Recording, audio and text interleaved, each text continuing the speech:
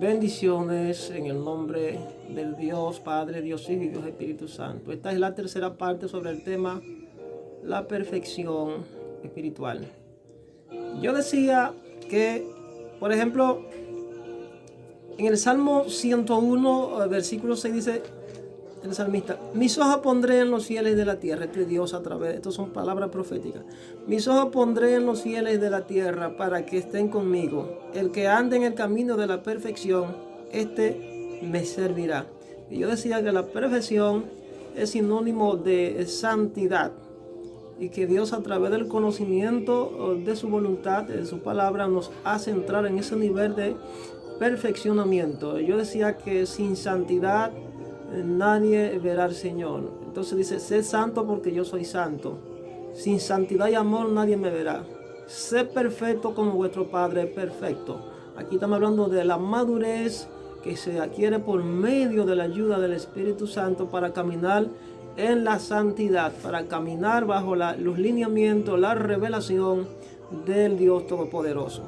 Dice, por ejemplo, en Lucas 6:40: el discípulo no es superior a su maestro, pero todo aquel que fuere perfeccionado será como su maestro. Entonces, nosotros como hijos de Dios estamos llamados a caminar como Jesucristo caminó, lleno de gloria, en santidad, en obediencia, en sumisión, con el carácter transformado por su Espíritu, por su gloria. En 2 Corintios 7:1 dice: limpiémonos de toda contaminación de carne. Esto es el apóstol San Pablo. Limpiémonos de toda contaminación de carne y de espíritu, perfeccionando la santidad en el temor de Dios. O sea, esa palabra me trabaja. ¿Cómo se puede perfeccionar la santidad? La santidad se puede perfeccionar a través del temor de Dios. O sea, cuando nosotros, con la ayuda del Espíritu Santo, aprendemos a apartarnos del pecado y caminamos y entramos en el nivel de obediencia y podemos caminar en santidad plena, podemos caminar con esa plenitud de vida en nosotros, bajo el fluir del Espíritu Santo. Entonces es ahí donde nosotros podemos decir que somos santos. Para no comparto la idea de que muchos que dicen que son santos, pero todavía no han perfeccionado la santidad. Y, por ejemplo, en la palabra de Dios, el mismo apóstol San Pablo habla que los ministerios, que los dones se han sido dados y repartidos por Dios a nuestras vidas, y hay establecido los ministerios para la edificación del cuerpo de Cristo, para perfeccionar a los santos. Entonces yo digo, ve acá, es que hay santos que son imperfectos. Hay santos que todavía no han entrado en un nivel de plenitud, de comunión, de obediencia y de vida plena ante la presencia de Dios. Eso es así. O sea, Dios llama, prepara, capacita y envía. Yo entiendo que la santidad es una virtud que solamente es dada por el Señor, pero que de alguna manera nosotros tenemos que aprender a vivir en esa santidad, puesto que puede producirse de un momento, pero también puede perderse en el camino por nosotros salirnos o descarrilarnos de esa plena comunión, de esa plena virtud de santidad ante Dios. Entonces vamos a seguir dando lectura. Por ejemplo, el apóstol San Pablo le sucedió eso en 2 Corintios, cuando Dios le permitió un aguijón, hizo un emisario de Satanás que le abofetease continuamente. Hay quienes dicen que era una enfermedad, una ceguera, algo así. Y entonces él pidió, oró 3 veces a Dios, y el Señor le dijo que para que el Señor le quitara este aguijón, este problema que le afectaba. Entonces el Señor dice: bástate mi gracia, porque mi poder se perfecciona en tu debilidad. O sea, somos perfeccionados a través de los procesos, a través de las pruebas que el Señor permite, a través de los aguijones que Dios nos permite en nuestra vida, para que podamos caminar en obediencia y en esa santidad que Él demanda de nosotros. Entonces en Efesios 4:12 dice: a fin de que perfeccionar a los santos, como dije ahorita. O sea, Dios ha equipado al cuerpo para que uno nos ayudemos a los otros, pero más sin embargo hay quienes a él Dios le ha entrado, le ha ayudado a entrar en ese nivel de santidad y obediencia. Entonces a esos hermanos, a esos siervos, Él los capacita, los perfecciona y lo envía para que ayuden a otros a entrar en esa perfección, en esa santidad, en esa obediencia, para que conozcan la voluntad del Señor a través de su palabra. Entonces, es de la única manera que nos vamos a edificar en amor y de manera perseverante, y vamos a llegar al fin sin dejarnos robar la bendición, sin dejarnos robar lo que es el premio de la salvación.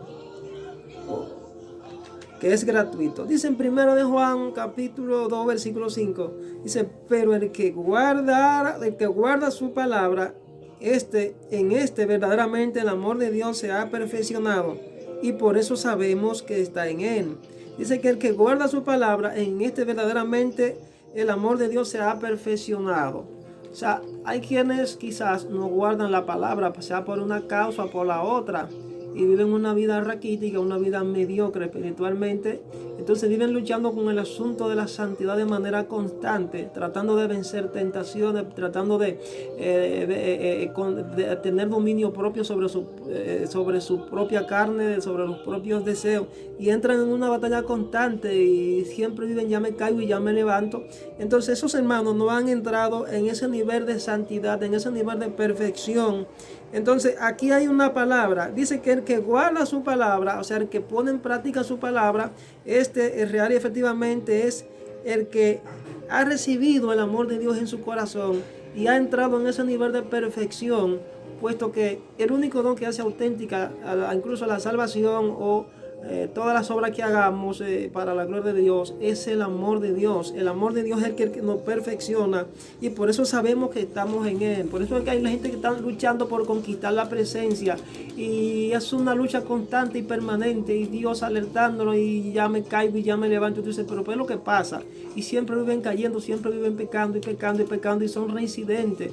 Entonces tú dices, pero ¿qué es lo que pasa? Es que esa gente todavía no se han perfeccionado en la santidad, no se han perfeccionado en el amor de Dios. Gente que está en el evangelio, que ya se arrepintieron, pero que no se han convertido y están luchando con ese yo interior, con ese gigante que no pueden vencer, porque gente que no saben perdonar, gente que odian, gente que tienen amargura, gente que tienen un estilo de santidad aparente, de amor fingido, y yo no creo en ese tipo de creyentes. Para mí tienen que arrepentirse, tienen que convertirse. Por eso hay dos principios sine qua non, que son dos condiciones extraordinarias por el cual nosotros vamos a poder recibir la promesa de Dios, y una de ellas es la salvación, que dice arrepentido y convertido para que sean borrados vuestros pecados. Si no nos arrepentimos genuinamente, si no nos convertimos, si no dejamos que el poder de Dios nos transforme a la imagen del Hijo, pues entonces nuestros pecados permanecen en nosotros y no vamos a recibir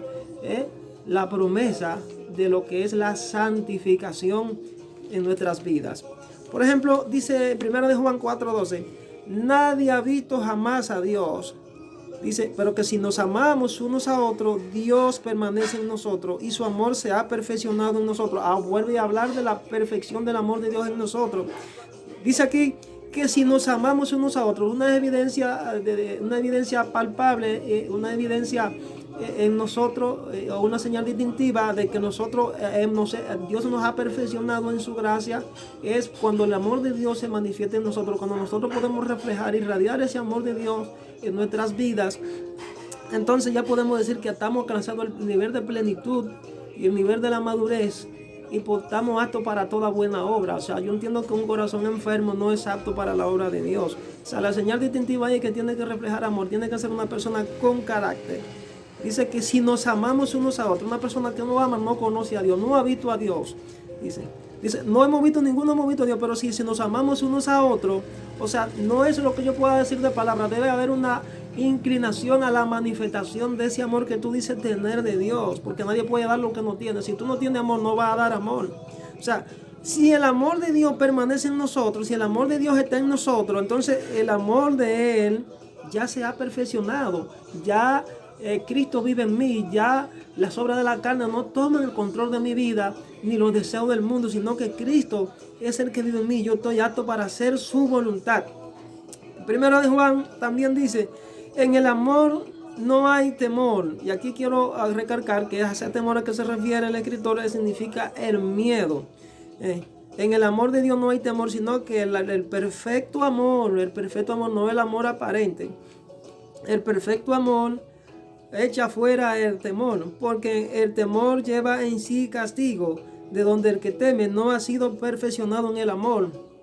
Es decir, aquellas personas que todavía no han entrado al nivel de la conversión, pues entonces no han experimentado lo que significa la plenitud del amor de Dios en su vida, y están luchando con el pecado todavía de cómo agradar a Dios.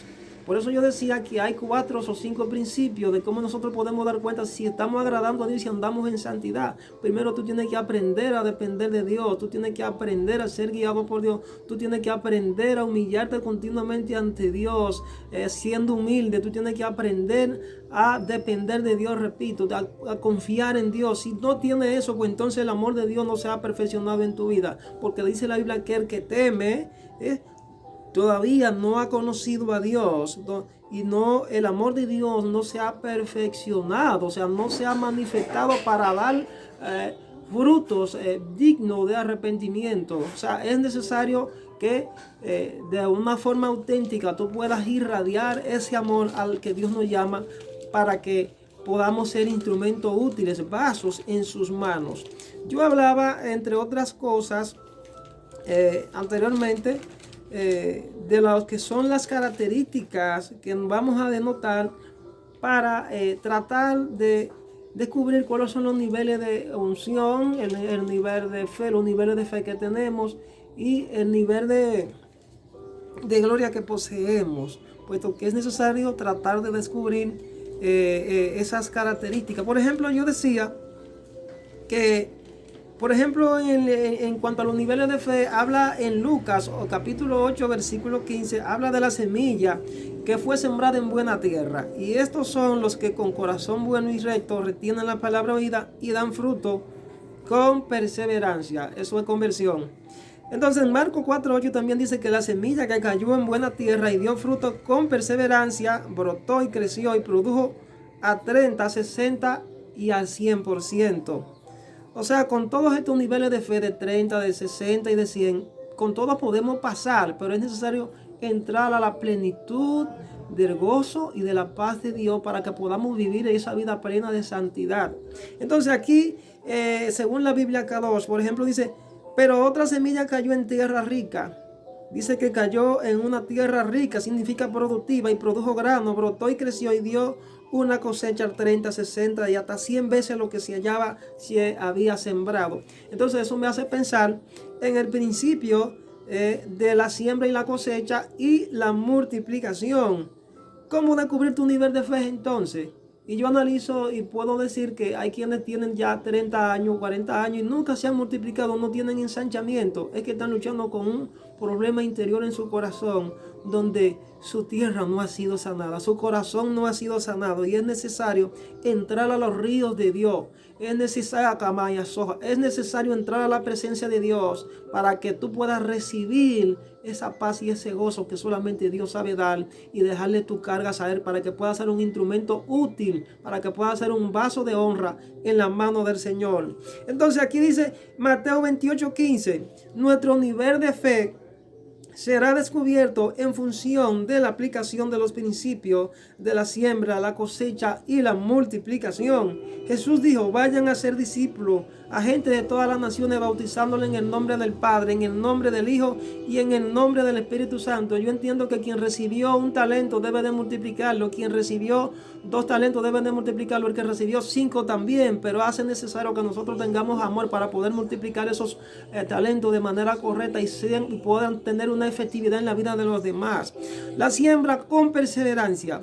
En el resultado ese resultado de la cosecha, lo que son, el resultado de la cosecha va a denotar lo que son las lágrimas y los duros sacrificios que sembraste un día. De ahí será medido el nivel de crecimiento espiritual y el nivel de crecimiento espiritual y el fruto. O sea, el nivel de fe que tienes. Es posible que tu nivel de fe sea para producir solo a un 30%. Es posible que hayas recibido un 60% de fe para multiplicarte. Y es posible que hayas alcanzado un 100% de fe para que lo multiplique. Con los 3 niveles de fe, repito, eres aprobado por Dios para premiar tu esfuerzo. El gran problema es que los que fueron llamados con un 100% de fe están en la obligación de caminar en la excelencia y a dar el 100% de su esfuerzo y sacrificio para el reino de Dios. Este tipo de creyentes en las Sagradas Escrituras se le llama los que están caminando a caminar en un nivel de madurez de manera tal que sean completos en la mano de Dios para toda buena obra. Es decir, Pablo era uno de los que experimentó esto y tanto podía hacer obra de evangelista como también podía fungir como profeta. Debe destacarse que hay gente queriendo ocupar varias posiciones en el cuerpo y no le ha sido dada la revelación, ni la autoridad, ni el poder, puesto que no han entendido lo que significa el verdadero sentido de equilibrio de la organización ni lo que es el orden de Dios en la tierra. Y hay iglesias, hay miembros, hay líderes, hay pastores que la iglesia que ellos dirigen, el poder de Dios está muy exaltado, porque Dios no se manifiesta más allá de la revelación que te haya dado a ti. Y para eso Dios es quien equipa a los ministros bajo su propia soberanía, que es soberanía y su propia voluntad, que puede ser por iniciativa absoluta de él, puede ser por iniciativa por voluntad permisiva, repito. Por ejemplo, Pablo lo describe de la siguiente manera: que muchos corren en el estadio, pero la verdad uno se lleva el premio. O sea, nosotros debemos tener un entendimiento y un conocimiento de la palabra, de que vamos a ser llamados, pero no, a veces no nos vamos a dejar escoger por Dios para la misión que Él quiere darnos, y eso demanda en nosotros esfuerzo y sacrificio y entrega para Él escogernos. A todos en realidad Dios nos llama con dones y con ministerio y con talento, pero debemos entender que no todas las posiciones que tú quieres ocupar en el momento fue que Dios te las asignó, sino que Dios fue que te cogió y te puso ahí. Pero también puede ser que Dios te esté llamando y por tú no responder al llamado, Dios escoja a otro para que haga su voluntad. Y esto es una batalla legítima que va a depender de la entrega de nosotros, de cómo le busquemos. Y yo, analizando esto, yo escribía y yo decía que hay niveles de fe, hay niveles de unción y hay niveles de gloria que están predeterminados por la iniciativa y la soberanía de Dios para sus hijos. Tu nivel de fe debe estar alineado al nivel de unción que has recibido en el ministerio que se te asignó. Esto significa conocer tus limitaciones. Es decir, si tú has recibido el don de profetizar, no por ello tú eres profeta, repito. Si eres llamado a ser un evangelista, no por ello eres pastor al mismo tiempo. El profeta es cuando... el problema es cuando confundimos los llamados, queriendo desempeñar varias posiciones al mismo tiempo sin tener la asignación y la capacidad dada por Dios, subestimando a veces a los demás hermanos, mirándolos como a inferiores. Entonces eso es orgullo y Dios no está ahí. El Señor dice: el que quiera ser el más grande será el servidor de todo. El apóstol San Pablo dijo en una ilustración claramente en qué condición se encuentran todos los llamados por Dios a su reino para luego ser escogidos. Para ser escogido es necesario conocer el principio del sacrificio y la abnegación genuina por causa de su reino. En 1 Corintios 9:24 dice San Pablo, que lo describe así: no sabéis que todos los que corren en el estadio, toda la verdad corren, pero uno solo se lleva el premio. Corred de tal manera que lo obtengáis. Esto se refiere al ministerio. Dios toma la iniciativa y nos llama a todos, pero pocos se dejan escoger para la obra encomendada por el Señor. Entonces, la asignación de las tareas en el cuerpo de Cristo son por soberanía e iniciativa de Dios y son determinadas por nuestra firme decisión de entrega a Dios, pagando el precio de luchar contra el reino de la tiniebla. Hay una elección soberana de Dios y hay otra elección permisiva de Dios también, y para ello se deberá tomar en cuenta los 7 niveles de la presencia de Dios que dije ahorita. Entrar en guerra espiritual.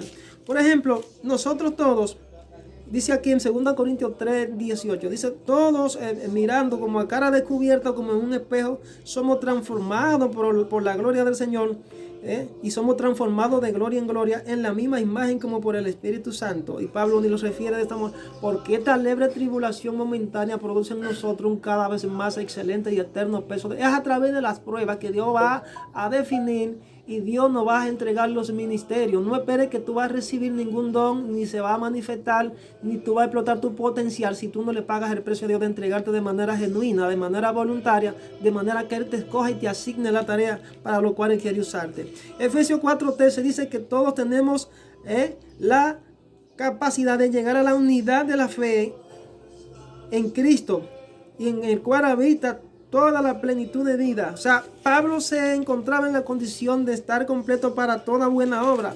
Quizás no todos vamos a desempeñar y vamos a estar aptos para todo lo que el Señor quiera asignarnos, sino que tú tienes que entender cuáles son tus límites. O sea, yo entiendo que antes del Señor prepararse, antes del Señor enviarte al ministerio, debe dejarte preparar. Y entonces hay quienes pretenden ir a lanzarse a la obra del ministerio sin que el Señor lo prepare. Entonces esto es un gran engaño. Esto es un gran engaño. Es menester que nosotros podamos reflejar, irradiar y dejarnos transformar por el poder de Dios. Y para que podamos alcanzar esa plenitud. Y yo digo que la plenitud de vida es cuando nosotros podemos ya alcanzar ese grado de madurez y llegar al éxito en nuestro ministerio sin la necesidad de quedarnos a media, puesto que yo entiendo que hay plan B, hay plan A y hay plan B y hay plan C. Hay quienes Dios les llamó y quizás solamente dieron de ellos el esfuerzo y según el esfuerzo y el sacrificio que pusieron para agradar al Señor, solamente dieron solamente llegaron a un 50%.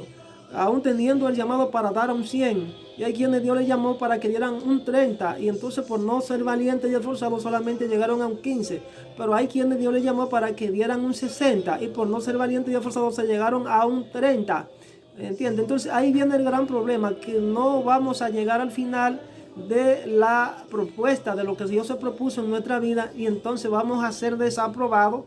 Y es lo que se da en estos días, que Dios está levantando muchos hijos, muchos ministros, muchos pastores, y no llegaron a hacer la voluntad de Dios plenamente ni a cosechar las promesas. Entonces es necesario que nosotros entremos en ese nivel de obediencia, que nosotros entremos en ese nivel de plenitud, y nosotros entremos a ese nivel de gloria. Y para eso tenemos que entender cuáles son los niveles de gloria, cuáles son los niveles de fe. ¿Entiendes? ¿Cuáles son los niveles de unción que yo he recibido? Yo digo que hay unos niveles de fe, y ya se lo expliqué, pero que también hay unos niveles de unción. La fe opera la unción opera por niveles. La unción es la manifestación de la gloria de Dios. De la unción es para nosotros operar en el ministerio y ir a hacer la voluntad de hacer discípulos. Y la unción es para Dios prepararte y capacitarte en el ministerio. Entonces, ¿cuál es la unción que tú has recibido en el ministerio? Y hay diferentes unciones. Hay unción pastoral, hay unción de maestro, hay unción de evangelista, hay unción profética, hay unción apostólica, hay unción asignada a las personas que tienen la capacidad para desempeñarse en lo que es los negocios. Hay unción que son puestas en la vida de los siervos como unción de gobierno, es la famosa unción regia, y que también a veces combinada con la unción profética. Ahí podemos hablar de la vida de Daniel y los tres compañeros, que además de tener unción profética, pues también tenían una unción de gobierno, puesto que además de ser profeta, ellos desempeñaron una asignación de gobernar en el imperio babilónico y pudieron administrar riqueza. Estos hombres estaban completos, estos hombres andaban en un nivel de plenitud y alcanzaron las promesas del Señor. Entonces, hay tres aspectos fundamentales que se enmarcan en la vida de Jesús y que quiere transferirnos a nosotros como iglesia. Por ejemplo, lo que es la vida de ser sacerdotes en la familia, de ser profetas en la familia y de ser gobiernos, tener unción regia en nuestra familia. Dios dice que Dios es la cabeza de Cristo, Cristo es la cabeza del hombre, el hombre es la cabeza de la mujer y la mujer y el hombre cabeza en su casa. Pero vemos que hay unos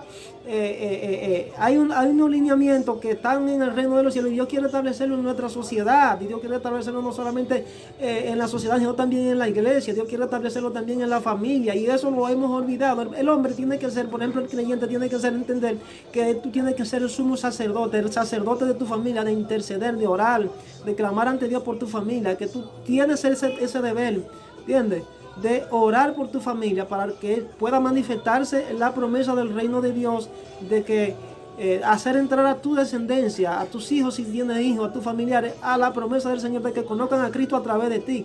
Y eso se llama sacerdote en la familia. Pero también hay otra ministerio que se presenta aquí para que nosotros como hijos empecemos a gobernar nuestros hogares en el temor de Dios: el sacerdocio profético. O sea, tú eres el que tiene que encargarte de predicarle la palabra de Dios a tus hijos, a tu esposa, a tus familiares, por cuanto tú has recibido la revelación. Cuando Dios te llamó a ti, no solamente pensó en ti, sino que pensó en tu familia, pensó en tus hijos y pensó en todos aquellos que te rodean. Debes convertirte en un ente promotor de la palabra de Dios en todos aquellos que Dios ha entregado en tus manos, y tu familia no son la excepción, tus hijos no son la excepción. Entonces, eres el sacerdote, eres el profeta, pero además eres el gobernante de tu casa. Y Josué lo definió de esta manera: ¿y cómo yo puedo gobernar la iglesia, cómo yo puedo gobernar el pueblo del Señor si primero yo no tengo la capacidad de gobernar mi propia casa. O sea, es un gran engaño. Yo creo que Dios quiere entregarnos la autoridad que le colocamos como padre. ¿Entiendes? Que le colocamos como padre y que Él quiere manifestarse, esa naturaleza de padre en nosotros en nuestra vida, porque la iglesia todavía no conoce a Dios como padre. O sea, nosotros como padres de familia, nosotros como siervos de Él, sean profetas, maestros, evangelistas, profetas, lo que sea, debemos irradiar eso y manifestar la gloria de Dios en nuestros hogares, pero también debemos manifestar la gloria de Dios en la sociedad. Yo decía que tú tienes un llamado, por ejemplo, evangelístico. Por eso no quita de que tú desempeñes la unción sacerdotal en tu casa. Eso no impide de que tú desempeñes la unción profética de momento en tu casa. Eso no impide de que tú desempeñes de manera eficiente la autoridad de gobierno en tu propia casa. No. Lo que pasa es que tenemos que aprender a conocer qué es lo que Dios quiere conmigo, cómo es que Él se manifiesta el rey, el sacerdocio. La Biblia dice que nosotros somos todos sacerdotes, pero no hemos entendido. Solo pensamos que se refiere a un ministerio para alcanzar a las almas perdidas. No, hay un sacerdocio familiar en tu vida. Cuando tú ya has alcanzado el nivel de madurez y conocimiento, tú vas a aprender lo que significa esto. Ser sacerdote en la familia es una gran responsabilidad. Ser, por ejemplo, misionero de tu propia familia, de instruir a tus hijos en el temor de Dios, es una gran responsabilidad profética en tu familia. Y ahí están las promesas. Pero también hay otra, que tú tienes que aprender lo que significa cuando Dios te entrega el gobierno. Cuando Dios te entrega el gobierno, que eso se puede transferir también en lo social, en lo económico, en lo espiritual, en lo emocional, en lo psicológico, en diferentes áreas. Y yo entiendo que en estos tiempos Dios nos ha llamado a trascender y a conquistar lo que son a esas 7 esferas. Hay un tema que se llama las 7 esferas de lo social, ¿entiendes? Los 7 montes culturales. Nosotros estamos llamados a romper con ese patrón de enseñanza enraigada en falsedades, y nosotros estamos llamados a hacer el cambio en estos últimos tiempos. La iglesia va a entrar a unos niveles de conocimiento y revelación jamás vistos, y entonces nosotros tenemos que empoderarnos. Entonces los niveles de unción en el ministerio: unción de maestro, unción de profeta, unción de apóstol, unción de evangelista, unción sacerdotal, unción profética en la familia, unción de gobierno. Por ejemplo, en la vida de Daniel, hay unos ministerios que se manifestaron y nosotros estamos activos para el otro día. Por ejemplo, hay quienes dicen que tú no puedes participar en las actividades sociales o involucrarte en la política. Y yo grabé un tema una vez que se llama: ¿puede un cristiano participar directamente en la política? Sí, lo que pasa es que no a todos he dado esta virtud, sino a aquellos que han sido designados para ocupar lugares de autoridad gubernamental. Eso se llama unción regia, unción de autoridad, unción de gobierno tipo David, que de alguna manera Dios envía a sus ministros. Dios envía, prepara y capacita a sus ministros para que ocupen los lugares de autoridad, para que gobiernen, para que multipliquen la bendición de aquellos que no le han llegado. Porque Dios, eso fue lo que Dios dijo al pueblo de Israel: mira que te mando en este día, y si obedeces atentamente la voz mía, vendrán todas estas bendiciones y te alcanzarán. Tú serás bendito en todo tiempo. Dice que tú serás cabeza y no serás cola. Tú estarás arriba y no abajo. Tú estarás adelante y no atrás. ¿Qué es lo que Dios le está diciendo al pueblo de Israel? Que Él le iba a entregar todas las promesas, que iban a ser un pueblo próspero y bendecido, pero que debían ser valientes y esforzados y obedecerle en todo. Entonces, cuando entramos a esos niveles de obediencia, cuando entramos a esos niveles de convicción por el poder del Espíritu Santo, entonces nosotros hemos alcanzado la excelencia. Y yo decía que no todos quizás puedan entrar en esos niveles, pero sí, es el deseo de Dios que todos entremos a una excelencia y a una santidad espiritualmente hablando. Dios quiere que entremos a un nivel de perfeccionamiento espiritual en aquello que Él te ha asignado, para que dé fruto a tiempo y fuera de tiempo, puesto que estamos llamados a dar por gracia lo que por gracia hemos recibido. Entonces, hay unos niveles de fe, hay unos niveles de unción y también hay unos niveles de gloria. Y la Biblia dice que somos transformados de gloria en gloria.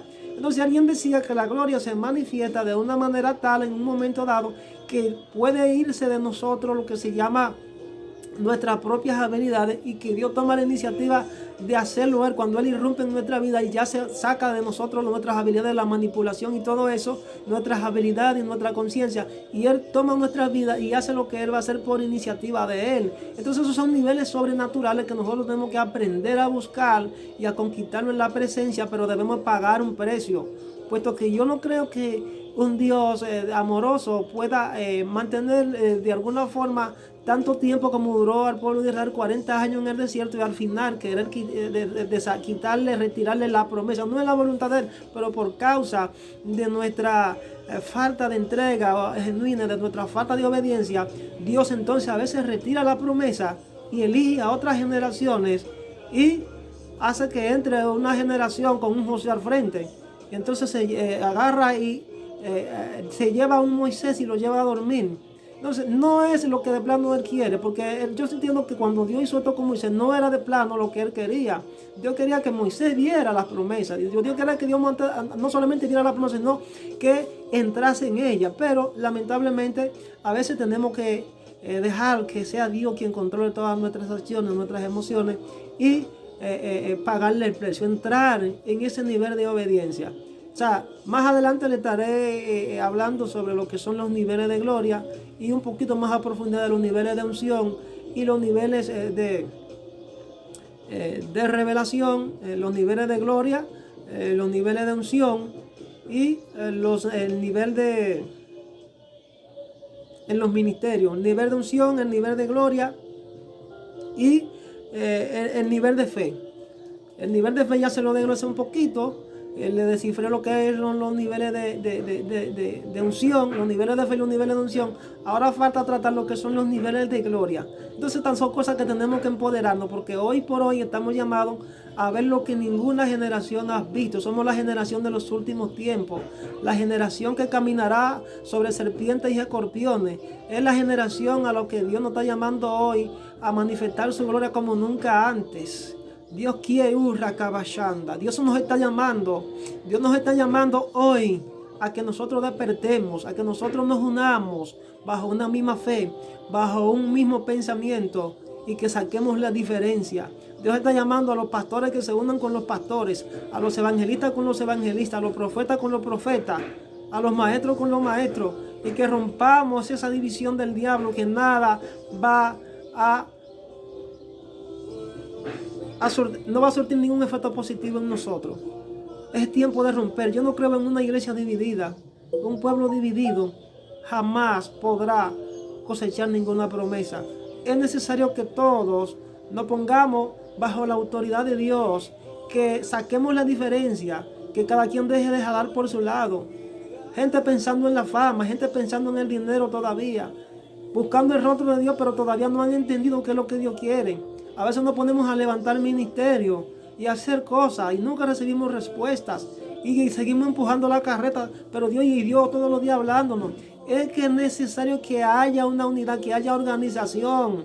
No es que yo tenga un ministerio en tal sitio y tú uno en tal sitio, no. Es que Dios siempre trabaja de manera ordenada. Para Dios bendecir a un grupo de creyentes, para Dios bendecir a una organización, para Dios bendecir a un pueblo, a una nación, necesariamente tienen que ponerse de acuerdo. O sea, yo creo que esta pandemia, ya saliendo un poquito del tema, hasta que